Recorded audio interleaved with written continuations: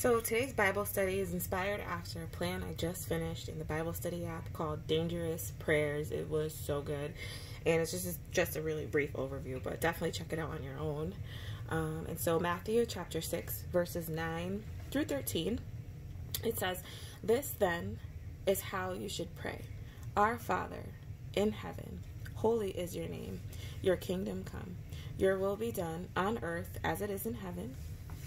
Give us today our daily bread, and forgive us our debts, as we also have forgiven our debtors. And lead us not into temptation, but deliver us from the evil one." But we should always praise God with our prayer, because He is holy, and that's how this prayer opens up. Our Father in heaven, you are holy. So start off by praising Him, by giving Him the praise that He deserves. And this is an example of how we should pray. And it opens with praising Him. After holy is your name, your kingdom come, your will be done on earth as it is in heaven. And so that portion is what we're going to talk about today. And I want to talk about what it truly means. So the first thing is to ask God to search your heart. Psalm 139, verses 23 through 24. "Search me, God, and know my heart. Test me and know my anxious thoughts. See if there's any offensive way in me, and lead me into the way of everlasting." And now truly praying this prayer can be really scary for some people. It's definitely scary for me. When you ask God to search your heart, He's going to put you in situations that bring out the areas in your life that He wants you to improve on. It says, "Test me." So that's kind of what I'm thinking from that. Test me. So He's going to put you in situations that will test you, and that will help you to improve. So for example, patience.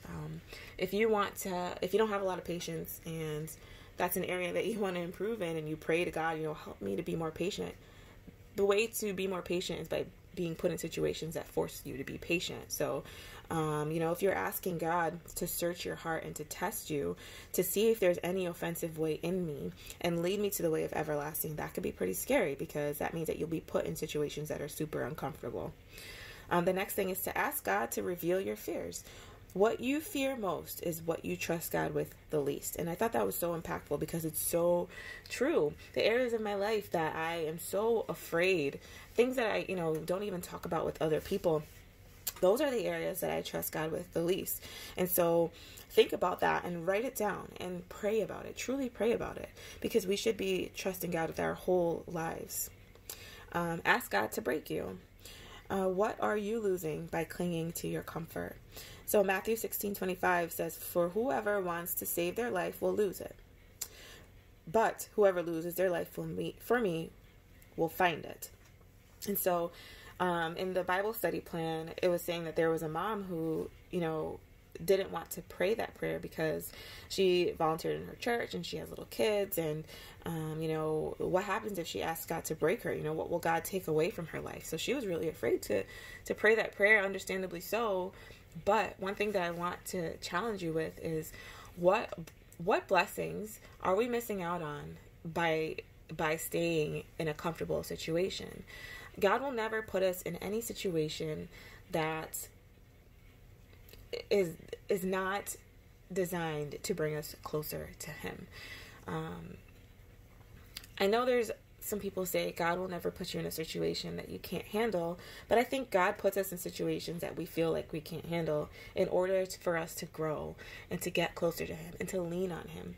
I can tell you firsthand that there have been situations in my life that have been truly difficult and uncomfortable, but looking back, those were the best times of my life, because that's when I drew so much closer to Him and I leaned solely on Him and I learned so much about Him. And so asking God to break you, I can understand our flesh is afraid, but we need to trust God. Ask God to use you, and not only to use you, but use you before you know the details. It's so easy to, say, "God, use me," when you already know, the ins and outs of what He wants you to do. But a lot of God and how He leads us in life is a mystery. And to that, I just wanted to touch on purpose, because there's another thing that during the month of February, I feel like God spoke to me especially. I feel like a lot of people misinterpret purpose with kind of like personal goals, I guess. Our purpose here as Christians is to lead others to Christ, to live a life that's pleasing to Him in order to bring others to the kingdom. That is our purpose. And so sometimes where I hear people say, you know, I don't feel like I have a purpose, or what's my purpose? And they're kind of relating it to maybe a career or an educational goal. And there's nothing wrong with that. But at the end of the day, our purpose should be aligned with bringing others to Christ.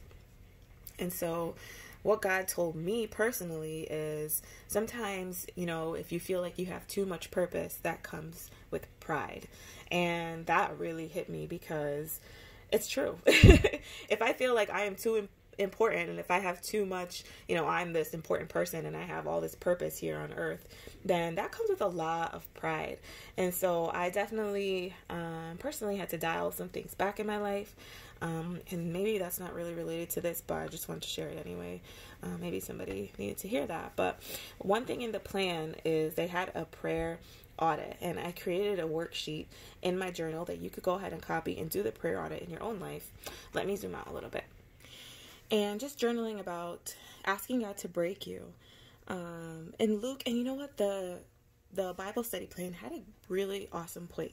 In Luke 22:19, God said, "This is my body broken for you. Do this in remembrance of me." And we say that a lot for communion, and we break the bread and drink juice to remember that He, His flesh broke and He bled for us. But also, what if God wants us to do this in terms of brokenness? What if God is not only saying, remember that He died for us, but also do this, be broken in remembrance of Him? So asking God to break us can also contribute to our spiritual walk, and just remembering that Jesus died for us. He was broken for us. So, you know, that we can ask God to break us as well. I hope I explained that okay. And then at the end, I just wrote a little prayer. Lord, please use me to do your will. Send me. And so I'm going to fill this out after this video, but I hope you find it helpful. Go ahead and copy it. And if you do use it, tag me. I would love to see it on Instagram. And that's all I have for today. Thank you so much. I appreciate each and every one of you, and I will talk to you next time. Bye.